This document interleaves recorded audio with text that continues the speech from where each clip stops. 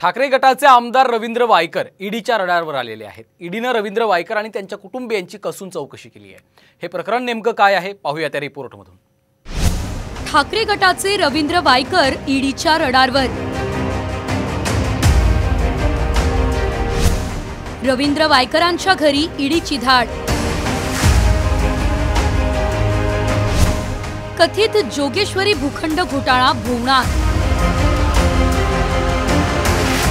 ठाकरे गटाचे मुंबईमधील जोगेश्वरीचे आमदार रवींद्र वायकर यांच्या अडचणीत वाढ झाली आहे। सकाळी 8 वाजता ईडी अधिकाऱ्यांनी वायकरांच्या घरी धडक दिली।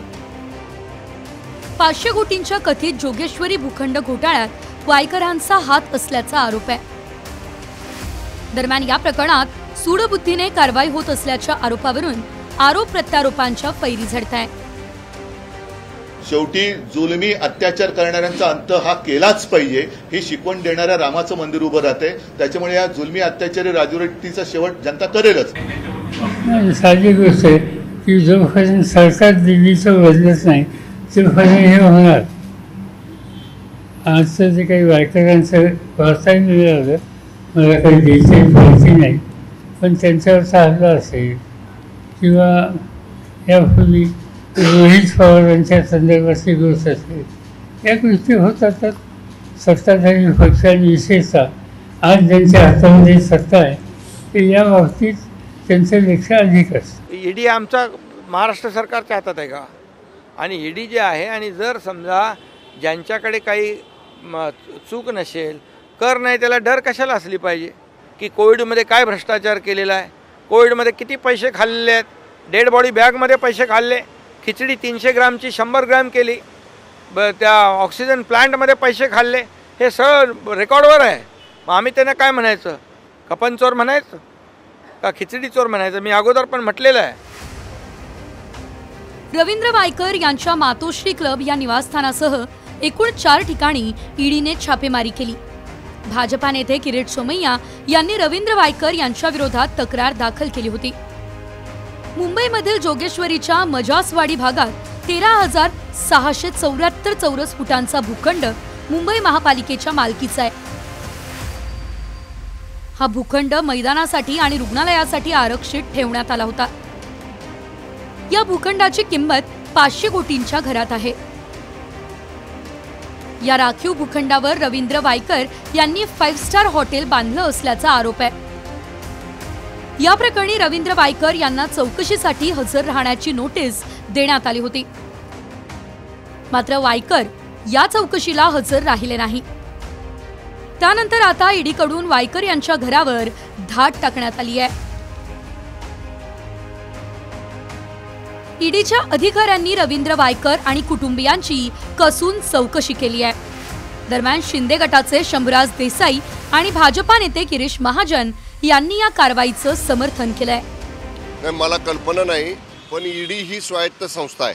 मी अनेक वेळा सांगितलेलं आहे, त्यांच्याकडे ज्या काही तक्रारी प्राप्त होतात त्याच्या अनुषंगाने जर त्यांची खात्री पटली तर अधिक चौकशी करायसाठी ते अशा पद्धतीचं सर्च घेत असतात।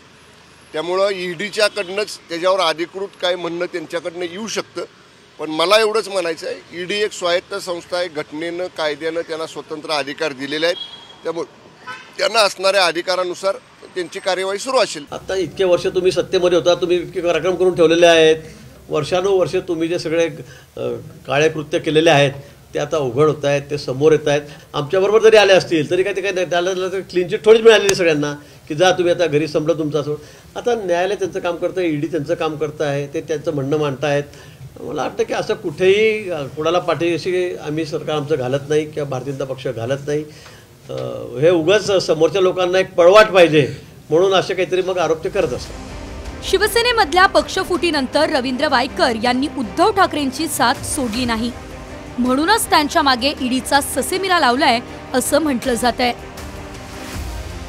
मुंबई महानगरपालिकेत रवींद्र वायकर यांनी 20 वर्ष नगरसेवक म्हणून काम केलं। मुंबईच्या जोगेश्वरी भागातून 1992 मध्ये ते पहिल्यांदा महापालिकेवर निवडून गेले। 2006 ते 2010 या काळात वायकर यांनी मुंबई महानगरपालिकेच्या स्थायी समितीचे अध्यक्ष म्हणून काम पाहिलं। त्यानंतर 2009, 2014 आणि 2019 मध्ये सलग 3 वेळा जोगेश्वरी पूर्व मतदारसंघातून आमदार म्हणून ते निवडून आले होते. 2014ला सत्तेत आलेल्या भाजपा शिवसेना सरकारमध्ये गृहनिर्माण आणि उच्च आणि तंत्र शिक्षण विभागाचे राज्यमंत्री म्हणून त्यांनी काम केलं. त्यानंतर 2019च्या महाविकास आघाडी सरकारमध्ये वायकर गृहनिर्माण विभागाचे राज्यमंत्री होते. उद्धव ठाकरे यांच्या शिलेदारांच्या मागे चौकशीचा फेरा सुरूच आहे. आता रवींद्र वायकर यांच्या चौकशीत ईडीचा फास आणखी आवळला जाणार का, याकडे सर्वांचं लक्ष लागलंय. ब्युरो रिपोर्ट, साम टीव्ही न्यूज.